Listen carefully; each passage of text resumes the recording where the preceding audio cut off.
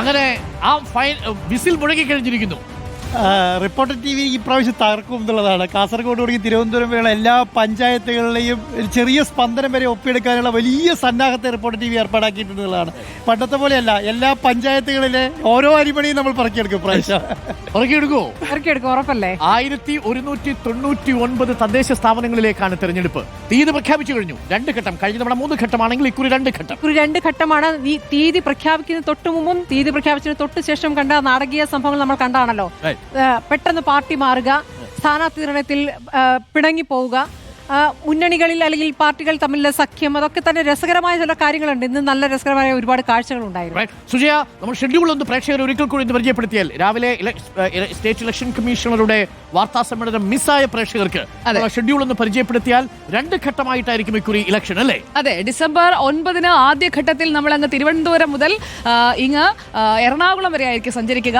തിരുവനന്തപുരം മുതൽ ഇവിടെ ഇങ്ങോട്ടേക്കുള്ള ജില്ലകളിലായിരിക്കും ആദ്യഘട്ടത്തിൽ വോട്ടെടുപ്പ് നടക്കുക. തിരുവനന്തപുരം, കൊല്ലം, പത്തനംതിട്ട, ഇടുക്കി, കോട്ടയം, ആലപ്പുഴ, എറണാകുളം ജില്ലകളാണ് ആദ്യഘട്ടത്തിൽ. 2ാം ഘട്ടം ഡിസംബർ 11. ഡിസംബർ 11 അതെ, തൃശ്ശൂർ തൊട്ട് പിന്നെ അങ്ങോട്ട് വടക്കോട്ടാണ്. തൃശ്ശൂർ, പാലക്കാട്, മലപ്പുറം, കോഴിക്കോട്, വയനാട്, കണ്ണൂർ, കാസർഗോഡ്. ഫലപ്രഖ്യാപനം വരാൻ പോകുന്നത് ഡിസംബർ 13 തീയതിയായിരിക്കും. കേരളം ചുവക്കുമോ, കേരളം ത്രിവർണ്ണമണിയുമോ, കേരളം കാവ്യണിയുമോ എന്നൊക്കെ നമ്മൾ പറയുന്നതിന്റെ ഒരു സെമി ഫൈനൽ ആണല്ലോ. അത് നിർണായകമായ സൂചനകൾ നൽകുമെന്നത് ഉറപ്പാണ്. നമ്മൾ സാധാരണ പറയാറുള്ളത് തദ്ദേശ തെരഞ്ഞെടുപ്പിൽ പലതും പ്രാദേശിക ബന്ധങ്ങളുടെ പുറത്താണ് വോട്ട് രേഖപ്പെടുത്തുന്നത് എന്ന് പറയും. പക്ഷേ ഇക്കുറി സംസ്ഥാനം തെരഞ്ഞെടുപ്പിലേക്ക് പോകുമ്പോൾ ഒരുപാട് രാഷ്ട്രീയ വിഷയങ്ങൾ തദ്ദേശത്തിലും കോർപ്പറേഷനിലും ഒക്കെ ചർച്ചാ വിഷയമാകുമെന്നത് ഉറപ്പാണ്. ഏറ്റവും നിർണായകമായ കോർപ്പറേഷൻ മുനിസിപ്പാലിറ്റികളുണ്ട്.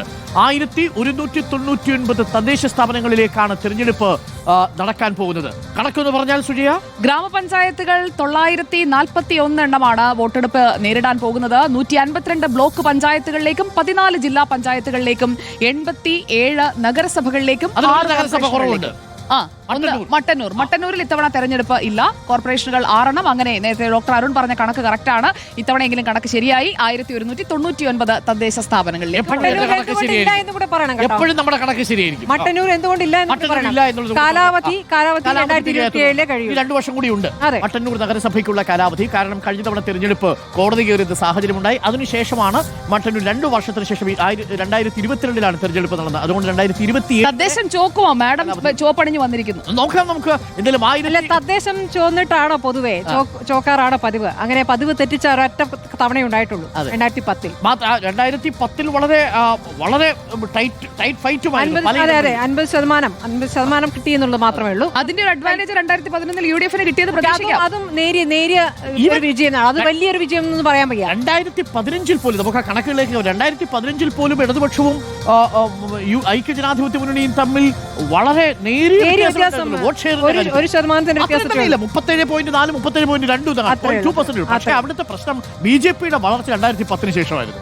15 കഴിഞ്ഞപ്പോഴേക്കും വളർന്നു വന്ന ഒടുവിൽ സമ്മതിച്ചു. ബിജെപി പക്ഷേ 15% ഒതുങ്ങി. അതും കൂടി സമ്മതിക്കണം. വളർന്നു, പക്ഷേ 15 ഒതുങ്ങി. അപ്പോൾ ഇക്കുറി എന്തായിരിക്കും എന്നുള്ളതാണ്. കോർപ്പറേഷനുകളിലാണ് എല്ലാവരുടെയും കണ്ണ് ആദ്യമേ പോകുന്നത്. അതും ഗ്ലാമർ കോർപ്പറേഷൻ എന്ന് പറയുന്നത് തിരുവനന്തപുരമാണ്. തിരുവനന്തപുരം തലസ്ഥാനമായതുകൊണ്ട് തൃശ്ശൂരും ഉണ്ട്. പക്ഷേ ശബരിനാഥനെ കളത്തിലിറക്കി, അവിടെ ശ്രീലേഖ കളത്തിലിറങ്ങുന്നു, ദീപക് വരുന്നു, അങ്ങനെ ഒരുപാട് നാടകീയ സംഭവങ്ങൾ നടക്കാൻ പോകുന്നു.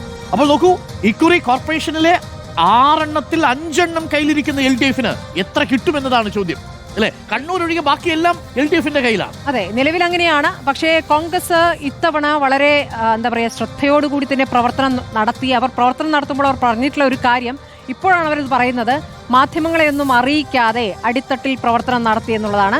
നമുക്കത് നമ്മുടെ റിപ്പോർട്ടർമാരോട് തന്നെ ചോദിച്ചറിയാം. അതെങ്ങനെയാണ് അവരുടെ ഒരു സ്ട്രാറ്റജി, എങ്ങനെയാണ് നമുക്കറിയാലോ. ഓരോ ജില്ലകൾക്കും ഓരോ നേതാക്കൾ. ഇപ്പോഴത്തെ ഏറ്റവും ഒടുവിലത്തെ സ്റ്റാറ്റസ് നമുക്ക് നമ്മളുടെ ഇലക്ഷൻ വാളിൽ വരും. നമുക്ക് നോക്കാം. ഇലക്ഷൻ വാളിൽ നമ്മൾ നോക്കിക്കഴിഞ്ഞാൽ ഇലക്ഷൻ വാൾ ഇവിടെയാണ്, അവിടെ റിപ്പോർട്ടർമാരാണ്.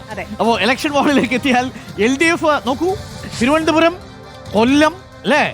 അവിടുന്ന് ഇങ്ങോട്ട് പഴയ കണക്ക് 2020 അതിനുശേഷം ഒരുപാട് വെള്ളം ഒഴുകിപ്പോയി. 44 നദികൾ ഒലിച്ചു പോയത് കണ്ടറിയാം. അതെ, മണൽ വാരിയിട്ടുണ്ടോ എന്ന് അറിയാം. BJP വലിയ പ്രതീക്ഷ വെച്ച ഒരു കോർപ്പറേഷനാണ് തിരുവനന്തപുരം. പക്ഷെ കഴിഞ്ഞ തവണ 35 ഒതുങ്ങേണ്ടി വന്നു. പക്ഷേ അങ്ങനെയല്ല, മുഖ്യപ്രതിപക്ഷമായി വന്നല്ലോ. 17 സീറ്റ് വ്യത്യാസം ഉണ്ട്. വ്യത്യാസം ഉണ്ടായിരുന്നു. അത്രയും വ്യത്യാസമുണ്ട്. ഞാൻ രാവിലെ അറിയാതെ ഒരു സ്ലിപ്പോട്ടങ്ങ് വന്നു. കപ്പിനും ചുണ്ടിനും ഇടയിൽ നഷ്ടപ്പെടുന്നു. ഒരു പ്രേക്ഷകൻ എന്നെ വിളിച്ചു ചോദിച്ചു, ഇതാണോ താങ്കളുടെ ചുണ്ടെന്ന്? ഇത്രയും 17 സീറ്റുകളുടെ വ്യത്യാസം. നല്ല വ്യത്യാസമുണ്ട്. പക്ഷേ അവിടെ ടൈറ്റ് ആണ്. ഇത്തവണ മാത്രമല്ല, ശബരിനാഥും കൂടി കളത്തിലിറങ്ങി. മാത്രമല്ല, കോൺഗ്രസ് അവിടെ പുതുമുഖങ്ങളെ നിർത്തിയിട്ടുണ്ട്. പലരും യങ് വൈബ്രന്റ് ആണ്. കോൺഗ്രസ് പുതുമുഖങ്ങളെ നിർത്തിയെന്ന് മാത്രമല്ല, നേരത്തെ നിർത്തി. തെരഞ്ഞെടുപ്പ് പ്രഖ്യാപനത്തിന് മുമ്പ് ആദ്യം 45 പേരുടെ സ്ഥാനാർത്ഥിത്വം പ്രഖ്യാപിച്ചു. കെ മുരളീധരനാണ് ചുമതല. ചെറുപ്പക്കാരുടെ സാന്നിധ്യമുണ്ട്. അവിടെ മാത്രമല്ലോ, ആലപ്പുഴയിലാണെങ്കിലും കൊല്ലത്താണെങ്കിലും കോഴിക്കോടാണെങ്കിലും കോൺഗ്രസിന് ചെറുപ്പമാകുന്ന ഒരു തെരഞ്ഞെടുപ്പ്. കോൺഗ്രസ് ഒരുപടി മുന്നിൽ വർക്ക് ചെയ്യുന്നുണ്ടല്ലോ. LDF എത്തുന്നതിനേക്കാളും കുറച്ച് സ്പീഡിലാണ് അവർ വർക്ക് പോയിക്കൊണ്ടിരിക്കുന്നത്. ഇപ്പോൾ അത് ഭരണം കയ്യിലുള്ളതുകൊണ്ടായിരിക്കും മറ്റൊരു. അതൊരു പ്രധാനപ്പെട്ട കാര്യമാണ്. അപ്പോൾ മുനിസിപ്പാലിറ്റി കൂടെ കണക്കൊന്ന് വളരെ വേഗം നോക്കി വന്നാൽ, ഇപ്പോൾ മുനിസിപ്പാലിറ്റി മൊത്തം പ്രിയപ്പെട്ട പ്രേക്ഷകരെ 87 മുനിസിപ്പാലിറ്റികളാണുള്ളത്. 87 മുനിസിപ്പാലിറ്റികളിൽ 86 എണ്ണത്തിലാണ് ഇപ്പോൾ തെരഞ്ഞെടുപ്പ് നടക്കുക. നിലവിലുള്ള കണക്ക് നോക്കൂ. മുനിസിപ്പാലിറ്റിയുടെ കാര്യം വരുമ്പോൾ LDF UDF തമ്മിൽ വലിയ വ്യത്യാസമില്ല. 43, 42, 2. പന്തളവും പാലക്കാടുമാണ് BJPയുടെ കയ്യിലുള്ളത്. നമ്മുടെ ഒരു വീക്ക്നെസ്. എപ്പോഴും ഇത്തവണ പായ ചുരുട്ടി പോവേണ്ടി വരുമോ എന്നുള്ളതാണ്. അത് ആരാ ചുരുട്ടുന്നത് നമുക്ക് കാണാം. എന്തായാലും 43, 42 അല്ലേ? 43, 42 ഒരു മുനിസിപ്പാലിറ്റിയുടെ വ്യത്യാസമേ ഉള്ളൂ. ഒരുപക്ഷെ UDFന് വലിയ ആത്മവിശ്വാസം കൊടുക്കുന്നതും ഇതായിരിക്കും. നഗരസഭകളായിരിക്കും. നഗരസഭകൾ ഇതിൽ ഒരു നഗരസഭ ഇല്ല. നേരത്തെ നമ്മൾ പറഞ്ഞു, മട്ടന്നൂർ നഗരസഭ 2027 തെരഞ്ഞെടുപ്പ് നടക്കുക. ജില്ലാ പഞ്ചായത്ത് കൂടി നമുക്കൊന്ന് വേഗം നോക്കി വരാം.